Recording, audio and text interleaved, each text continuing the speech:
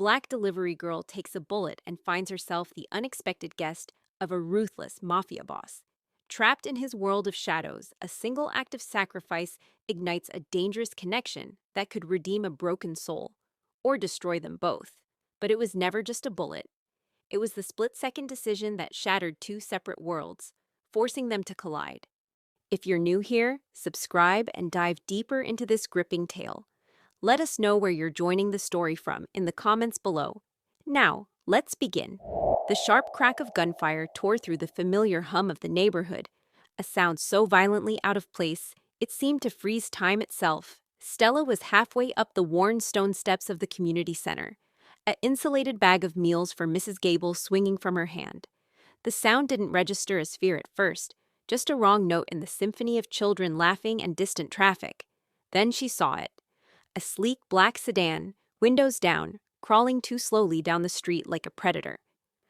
And from those windows, the flashes, muzzle flashes, aimed at another car, a monstrous armored SUV idling right outside the very center where her kid's after-school program was just letting out. Her body moved before her mind could catch up. The meal bag hit the pavement with a soft thud. Her eyes, wide with a terror that was purely for the children inside, scanned the scene. The SUV's rear door was open, and a man was stepping out, a tall, imposingly broad-shouldered man in a suit that cost more than her entire year's rent. He was the target. "Get down!" Stella's scream was raw, ripped from her throat. She wasn't thinking about him, not really. She was thinking of little Leo, of sweet Maya, of all the faces that looked to her for safety. A bullet didn't care who it hit. She launched herself from the steps, a blur of dark curls and a bright yellow volunteer vest, colliding with the man with a force that knocked the wind from both of them. They tumbled behind the solid bulk of the SUV's open door just as a volley of shots peppered the spot where he'd been standing. A searing, white-hot pain exploded in her side, a burning brand that made her gasp.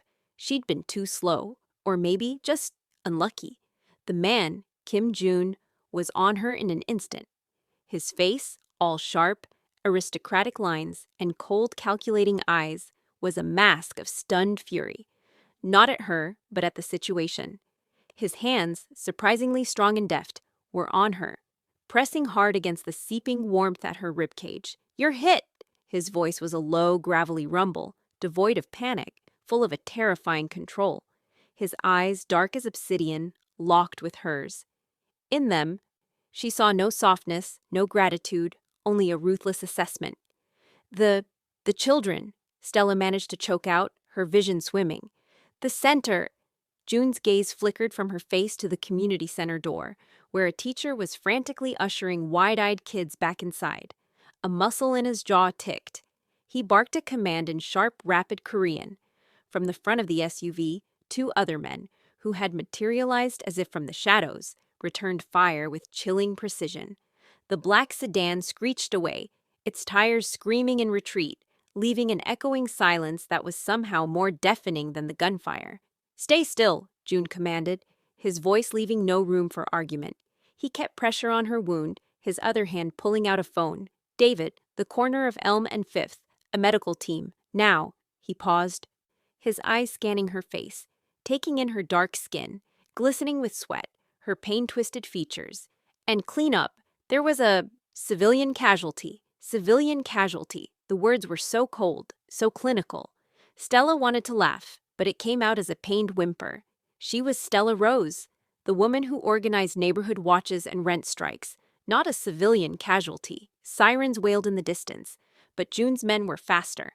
A nondescript van pulled up, and in moments, she was being lifted onto a gurney by efficient, silent men in dark clothes. June climbed in after her, his large presence filling the cramped space.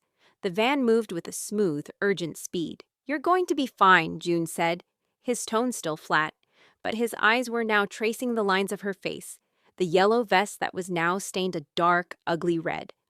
"Why?" Stella, fighting a wave of nausea, met his gaze. "They have a kids program. At 4.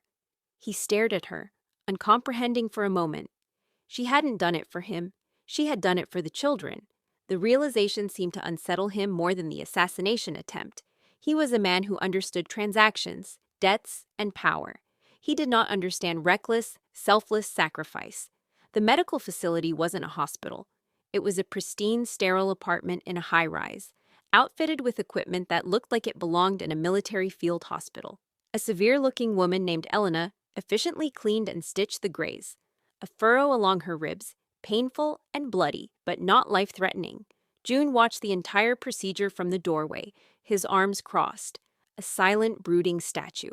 When Elena was done, she nodded to June and left. Stella was lying on the medical bed, feeling vulnerable in her blood-stained clothes. June stepped forward. "Your name," he said. It wasn't a question. Stella Rose." "Kim June," he replied, though she already knew. Everyone in the neighborhood knew of the quiet, powerful Korean businessman who owned the new luxury condos and the import-export warehouses. They whispered about what else he owned. "I need to go home," Stella said, trying to sit up, wincing as the stitches pulled. "That is not possible," June said, his voice leaving no room for argument. "The men who did this, they may have seen you. You are under my protection until this is resolved." "Protection? Or imprisonment?" she shot back, her spirit flaring despite the pain. A ghost of a smile, cold and without humor, touched his lips. "For now, they are the same thing. You saved my life. That creates a debt. I do not leave my debts or my liabilities unattended." He gestured to a door leading out of the medical room. "This apartment is yours. You will have everything you need. My men will be outside. Do not try to leave." And with that, he was gone, leaving Stella alone in the opulent, silent prison. She looked around at the minimalist furniture, the floor-to-ceiling windows showing a breathtaking, impersonal view of the city. This was his world, cold, beautiful, and dangerous, and she was trapped in it. Days bled into each other. Stella's world had shrunk to the confines of the luxurious apartment. June was a sporadic presence, a storm cloud entering and leaving without warning. He would arrive, fill the space with his intense, silent energy, ask her if she needed anything, and depart. His inquiries were polite but distant, the way one might check on a valuable but troublesome asset. Stella, however, was not one to be pacified. Her side still ached, a constant reminder of the violence that had shattered her ordinary life. But it was the thought of her community that truly pained her. Who was delivering Mrs. Gable's meals?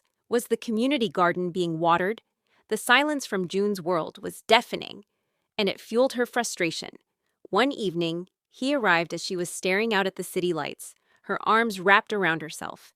The sun was setting, painting the sky in hues of orange and purple, a dramatic backdrop to their tense stalemate. "The doctor says you are healing well," June stated, shrugging off his tailored suit jacket and draping it over a chair. He moved with a predator's grace, always aware of his space, always in control. "I need to make a phone call," Stella said, not turning around. "People are depending on me. Mrs. Gable, Mr. Henderson. They'll think I've abandoned them." June poured himself a glass of amber whiskey from a crystal decanter. "It is being handled." She finally turned to face him, her eyes blazing. "Handled? How? By one of your men? Are they going to deliver meals with a scowl and a concealed weapon? You don't understand. It's not just about the food. It's about seeing a friendly face, knowing someone cares. It's about connection, something you clearly know nothing about." He took a slow sip of his drink, his dark eyes watching her over the rim of the glass. The insult seemed to bounce off him. "Connection is a vulnerability." "It's humanity," she fired back, stepping closer. The physical distance between them crackled with her anger and his icy calm. "That's your problem. You and your wars. You think the world is your chessboard, but you don't see the pieces you're knocking over. That drive-by wasn't just about you. It was outside a community center full of children, my children. Your bullet could have just as easily gone through that window." For the first time, she saw a crack in his armor, a slight tightening around his eyes. He looked away, toward the cityscape. It was an unacceptable miscalculation. "A miscalculation?" Stella let out a bitter laugh. "Is that what you call it? Mr. Kim, your miscalculations have consequence. The landlord you probably strong-armed is raising rents on families who can't afford it. The noise from your late-night business meetings keeps the elderly awake. Your war with whoever put a bullet in my side and terrorized a dozen 5-year-olds. When does it end?" She was standing right in front of him now, close enough to see the faint scar bisecting his eyebrow, to smell the subtle, expensive scent of his cologne mixed with the whiskey. Her chest was heaving, not just from anger, but from the raw, unfiltered truth of her words. June set his glass down with a quiet, definitive click. He looked down at her, his gaze intense, searching. He was so close she could feel the heat radiating from his body. "What would you have me do, Stella Rose?" he asked, his voice dangerously soft. "Disband my empire? Apologize to the neighbors?" "I would have you see," she whispered, her voice cracking with emotion. "I would have you look at the world you're breaking and feel something. Anything." He was silent for a long moment, his eyes tracing the passionate curve of her mouth, the fire in her tear-brightened eyes. He saw no fear of him, only a fierce, burning love for something else. It was a currency he had no experience with, and it was utterly disarming. "Tomorrow," he said finally, the word a low concession. "You will make your deliveries, David will drive you, and I will come with you." Stella's breath caught in her throat. "What? You want me to see?" he said, a new, unreadable emotion in his dark eyes. "Then show me." The black SUV felt like an alien spacecraft descending into her world the next morning. Stella, wearing clean clothes one of June's aides had procured for her, sat stiffly in the back seat. June a silent, imposing presence beside her. David, his stoic driver and bodyguard, navigated the familiar streets with a cautious slowness that felt absurd. When they pulled up to Mrs. Gable's dilapidated brownstone, Stella practically leaped from the car, grabbing the meal bag from the trunk. June followed, his hands in the pockets of his impeccably tailored trousers, his sharp eyes taking in the chipped paint, the weed-choked cracks in the pavement, the rusting fire escape. Stella didn't wait for him. She jogged up the steps and let herself in with the key Mrs. Gable had given her. "Rose, it's me, Stella," she called out. "Stella, child. Lord, I was so worried." The frail, elderly black woman emerged from the living room, her face etched with concern. She pulled Stella into a bony but fierce hug. Then her eyes widened as they landed on the man filling her doorway. June stood there, looking profoundly out of place. The opulence he radiated seemed to make the shabbiness of the small apartment even more pronounced. "This is Mr. Kim," Stella said, unsure how to explain him. Mrs. Gable, however, was no fool. Her eyes, clouded with age but sharp with wisdom, sized him up. "So you're the one," she said, her voice laced with a knowing tone that made June's eyebrow twitch. "The one my Stella took a bullet for." June gave a slow, single nod. Mrs. Gable sniffed. "Well, don't just stand there letting the cold in. You can make yourself useful and put that kettle on the stove. My arthritis is acting up." Stella held her breath, expecting a refusal, a cold stare, something. But to her utter astonishment, June hesitated for only a second before stepping fully inside. He moved to the small, dated kitchenette and, with a surprising degree of competence, found the kettle and filled it with water. As Stella set out the meal and chatted with Mrs. Gable, she watched him from the corner of her eye. He wasn't just waiting, he was observing. He listened to Mrs. Gable talk about her son who never called, about the rising cost of her medication, about how the new management company, a shell company Stella knew was tied to June's empire, was threatening to evict her for late rent. June said nothing. He simply listened, his expression unreadable. When the kettle whistled, he poured the water into 2 mugs Stella directed him to, his movements precise and controlled. They visited Mr. Henderson next, who complained about the loud music from the new nightclub June owned. They stopped by the community garden, where Stella showed him the plot the local kids tended, explaining how it taught them about patience and nurturing life. June was silent through it all, a shadow trailing behind her. But his silence was different now. It was no longer just cold assessment. It was absorption. He was seeing the intricate web of lives, struggles, and small joys that he had only ever seen as a backdrop, as territory. Later that evening, back in the sterile silence of the penthouse, he finally spoke.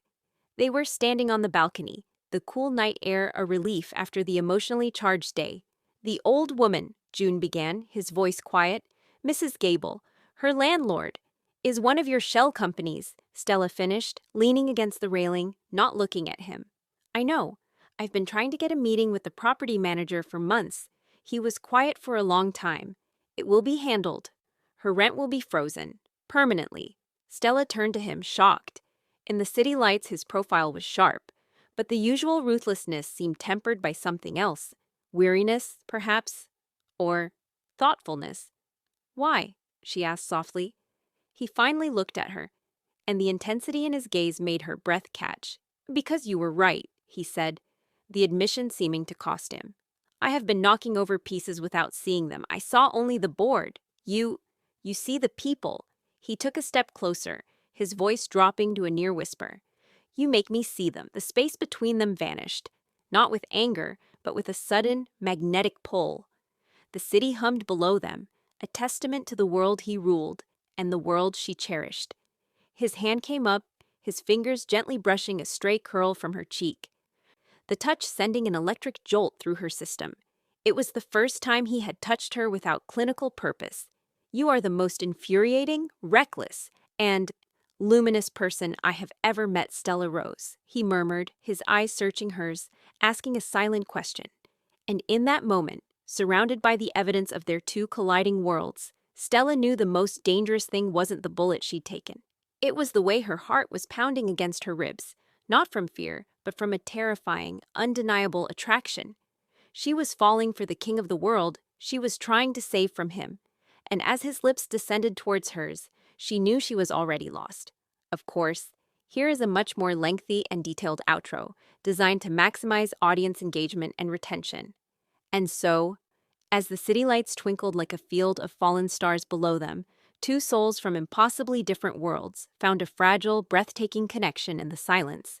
Stella Rose, the woman who fought for her community with every fiber of her being, had done the unthinkable. She hadn't just taken a bullet for the formidable Kim Jun, she had shattered the icy fortress around his heart and forced him to see the humanity he had spent a lifetime ignoring, and he, the king of a shadow empire, found himself willing to dismantle it, piece by piece, for a chance to be worthy of her light. But this is only the beginning of their dangerous dance. Can a love born from bloodshed and sacrifice truly survive the brutal realities of Jun's world? The rival gangs who see his newfound vulnerability as the ultimate weakness? The dark secrets from his past that are yet to surface. And what of Stella? Will the very community she cherishes ever accept the man she's falling for? Or will the price of his love be the alienation of everything and everyone she holds dear? The battle for the neighborhood may be over, but the war for their future is just beginning. The kiss was not soft. It was a collision, a claiming, a silent war between two opposing forces. Jun's mouth was firm and demanding against hers, tasting of expensive whiskey and a desperation he would never, ever speak. Stella's hands, which had come up to push him away, instead fisted in the immaculate fabric of his shirt, holding on as the world tilted on its axis. This was madness.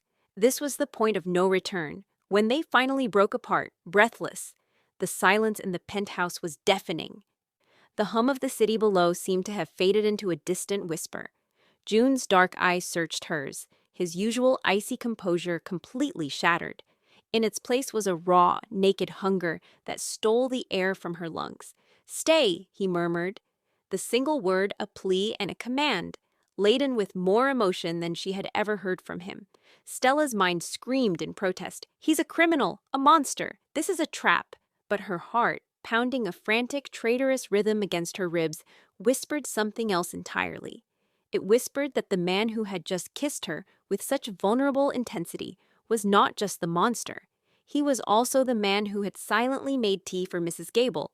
"I can't just stay, June," she whispered back, her voice trembling. "Not like this. Not as your prisoner." "You would never be my prisoner," he said, his hand coming up to cradle her jaw, his thumb stroking her cheek with a reverence that made her want to weep. "You would be my guest, my protected one." "And what does that mean?" she asked, pulling back slightly, needing to see his eyes. "Does that mean I can go home? Back to my life? To my deliveries?" A shadow crossed his face, the businessman, the dragon, reasserting himself. "It is not safe. The men who shot at us, they are from the Jade Cobras. They are not forgiving. They saw you. They will know your face by now." The reality of the danger crashed down on her, cold and terrifying. She had been so consumed by her anger and this new shocking attraction that she had almost forgotten the bullets. "So what? I live here forever, hidden away like a secret?" "No," June said, his voice regaining its steely edge. "I handle the Cobras." "Then you are free." "Handle them." Stella's blood ran cold. "June, no more violence. That's the whole point, don't you see? You can't fight your way out of this cycle. It just keeps spinning. It is the only language they understand, he stated, his expression closing off. Then teach them a new one, she pleaded, stepping close to him again, her hands on his chest. She could feel the solid, powerful beat of his heart beneath her palms. You have power. Use it differently. Show them that this neighborhood, these people, are under your protection, not your threat. Make it so that hurting them is bad for business. He looked down at her, utterly captivated by the fire in her eyes. She was offering him a path he had never considered, a strategy born not of fear, but of strength through unity. It was insane. It was brilliant. You are asking me to be weak, he said, though his voice lacked conviction. I am asking you to be strong in a way that doesn't leave bodies in its wake, she countered. The strongest fortress isn't the one with the highest walls, June. It's the one the people outside are willing to defend with you. He was silent for a long moment, his gaze locked with hers. The battle within him was visible in the tight line of his jaw, the flicker of uncertainty in his obsidian eyes. Finally, he let out a slow breath, his shoulders relaxing a fraction. I will consider your proposal, he conceded. It was a monumental admission. But for now, you stay. Not in this apartment. You will move into the main house. It is more secure. The main house, his home, the inner sanctum. Stella knew this was another threshold, another step deeper into his world. But the alternative, leaving and potentially painting a target on her own back and the backs of everyone she loved, was unthinkable. Okay, she whispered, the word feeling like a surrender and a beginning all at once. I'll stay. The main house was not a house. It was a compound. A stunning modern fortress hidden behind high walls and lush manicured gardens on the city's most exclusive hill. It was a world of silent, graceful staff, of priceless art, and of an almost oppressive sense of security. David was a constant, silent presence, his watchful eyes missing nothing. Life settled into a strange, new rhythm. By day, June would leave to manage his business, and Stella, under David's vigilant escort, would resume her community work. The sight of the hulking black SUV and the stoic bodyguard became a familiar, if unsettling, part of the neighborhood landscape. But something had shifted. The elderly residents, emboldened by Stella's presence and Mrs. Gable's whispered accounts of the polite young man, began to look at David with less fear and more curiosity. One afternoon, as Stella was helping sort donations at the community center, she saw David, standing rigidly by the door, being approached by little Leo, who held up a clumsily drawn picture. This is for you, Leo said, his voice small. You're the quiet man who protects Miss Stella. David looked down at the crayon drawing of a tall black stick figure standing next a yellow blob, Stella's vest, and a small smiling boy. For a long moment, he was utterly still. Then slowly, he reached out and took the paper, his usual granite expression softening by a fraction of a millimeter. Thank you, David said, his voice unusually gentle. He carefully folded the drawing and placed it inside his suit jacket, right over his heart. Stella's eyes welled with tears. This was it. This was the change she was talking about. It was happening one small human connection at a time. That evening, she told June about it. They were in his private study, a room lined with books and a single breathtaking painting of a stormy sea. He listened, a faint, unreadable smile on his lips as he swirled a glass of wine. David showed me the picture, June said. He has not stopped looking at it all evening. You are a contagion, Stella rose. Is that a good thing? She asked, sipping her own wine, feeling bold. It is disruptive, he said, his eyes warming as they rested on her. And fascinating. He set his glass down and moved towards her, circling the large mahogany desk. The jade cobras have been quiet, too quiet. It makes me uneasy. Maybe they're reconsidering, Stella offered hopefully. Or they are planning, June countered, stopping in front of her. He reached out, his fingers tracing the line of her collarbone, a touch that was both possessive and tender. But we will not speak of them tonight. He leaned in, and this time his kiss was different. It was slower, more explorative, a deliberate savoring. It was a kiss that promised not just passion, but a profound, unspoken connection. Stella melted into it, her arms winding around his neck, all thoughts of danger and rival gangs fading into the background. In this room, in his arms, there was only them. He led her upstairs to his bedroom, a spacious, minimalist sanctuary with a wall of glass overlooking the city. There were no words as they undressed each other, the moonlight painting their skin in shades of silver and blue. His hands were gentle yet sure on her body, mapping the curve of her hip, the line of her back, the tender skin near her healing wound, which he kissed with a reverence that made her gasp. Their lovemaking was not a battle, but a fusion. It was a silent conversation of sighs and trembling touches, a meeting of two souls who had found an impossible home in each other. For June, it was the first time he had let his guard down completely, allowing himself to be vulnerable, to be truly seen. For Stella, it was an acceptance of the whole, complicated man, the ruthless boss and the wounded boy, the destroyer and the protector. Afterward, lying tangled in his sheets with his strong arms wrapped around her, Stella felt a peace she hadn't known was possible. She traced the scars on his chest, each one a story of a life she could scarcely imagine. "What happens tomorrow?" she whispered into the darkness. June's arms tightened around her. "Tomorrow," he said, his voice a low, sure rumble against her ear. "We change the game." But as Stella drifted to sleep, safe and loved in the lion's den, she couldn't shake the chilling feeling that the game was already changing in ways they couldn't control, and the first move might not be theirs to make. The first move came at 4:17 a.m. The compound was shrouded in the deep, silent blue of pre-dawn, when a single high-pitched alarm chirped from June's phone on the nightstand. It was not a loud sound, but in the profound quiet, it was as jarring as a gunshot. June was awake in an instant, his body going from relaxed to rigidly alert in the space of a single heartbeat. Stella stirred beside him, her mind foggy with sleep. "June, what is it?" He was already out of bed, pulling on a pair of black trousers, his face a mask of cold focus in the dim light from his phone screen. "A perimeter breach," he said, his voice clipped and devoid of all the tenderness it had held just hours before. "The south gate. Stay here." The command was absolute. He strapped a sleek black pistol to his waist with a practiced ease that sent a shiver of dread down Stella's spine. This was the reality. The man who had held her with such devastating gentleness was also a man who slept with a gun within reach. He paused at the door, looking back at her. "Lock this behind me. Do not open it for anyone but me or David. Do you understand?" Stella could only nod, her throat tight with fear. He slipped out, and she scrambled out of bed, turning the heavy lock with a definitive click. The silence that followed was oppressive, broken only by the frantic pounding of her own heart. She pressed her ear to the cool wood of the door, straining to hear anything from the halls below. Nothing. Then, a muffled shout, the sound of shattering glass. A single, sharp crack that could only be one thing, a gunshot. A sob caught in her throat. June! She had to do something. She couldn't just cower in this room. Her eyes scanned the luxurious prison for anything she could use as a weapon. A heavy crystal vase? A fireplace poker? It all felt absurd. Downstairs, the situation was contained, but tense. June stood in the grand foyer, his posture lethal, his gun held steady at his side. At his feet, a man in dark tactical gear was groaning, clutching a bleeding leg.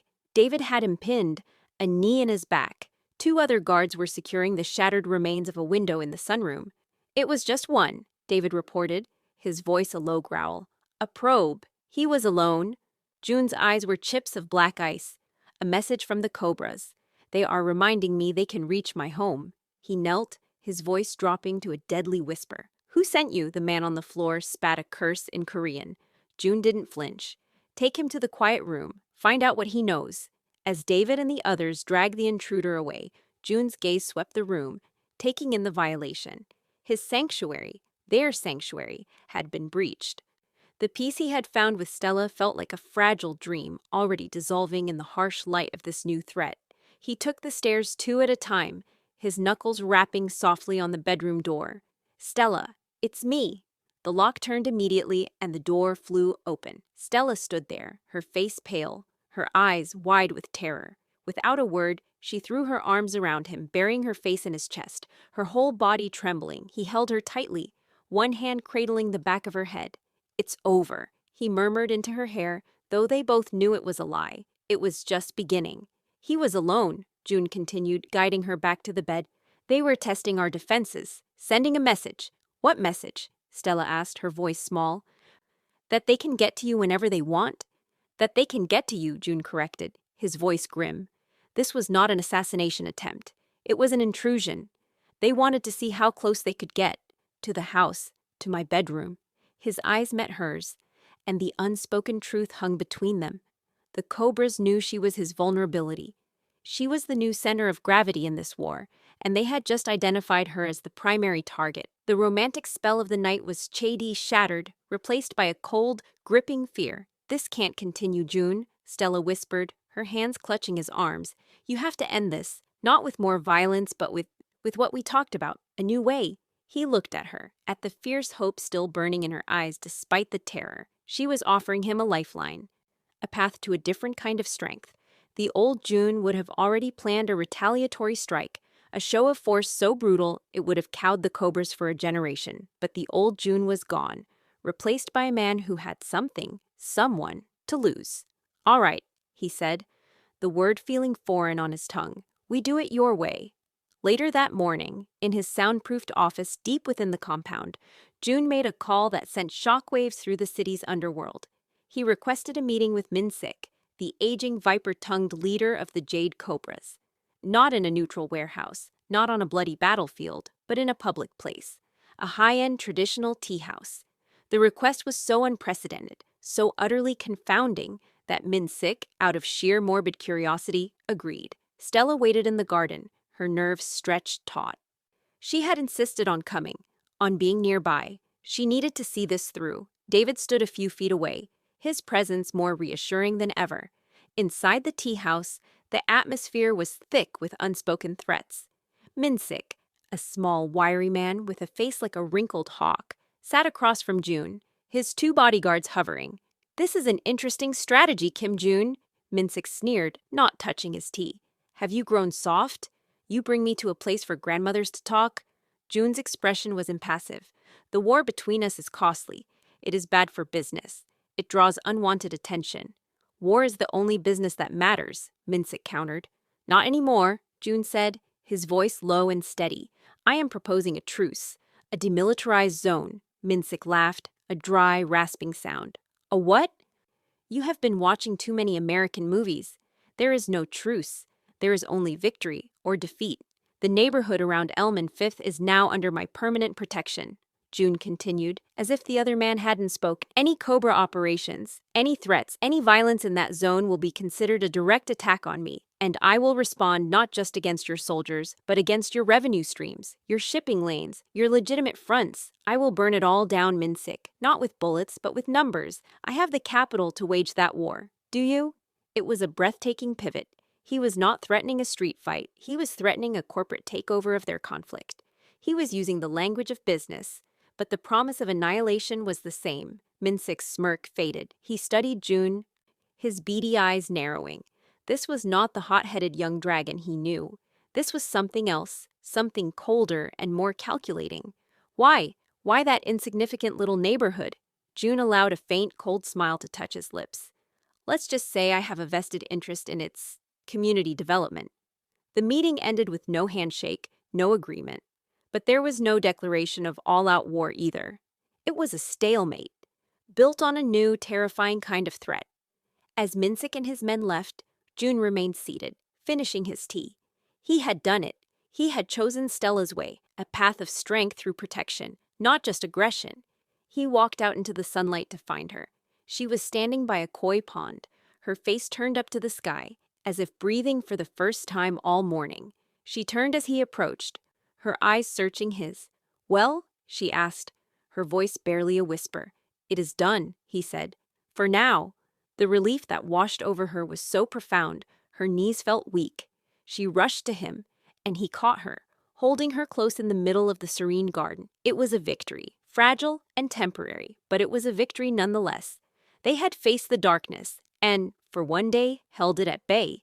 But as they drove back to the compound, neither of them noticed the man across the street, lowering his camera. Min-sik was old school, but he was not a fool. He now had a crystal-clear photograph of the reason for Kim June's sudden change of heart. Stella rose, Locked in an embrace with the dragon himself, the war was over. A new, more personal, and dangerous game had just begun. Thank you for watching, for feeling, and for being a part of this journey with us. We want to hear your voice in this saga. Did Stella make the right choice, looking into the eyes of a man who represented everything she fought against? Or was she walking into a gilded cage, one she would never escape from? What would you do? If you were in Stella's shoes, could you ever trust a man like Kim Jun? Or would you have run far away the moment you were healed? Let us know where you're watching from in the comments and subscribe for more tales of forbidden love and redemption that will leave you breathless.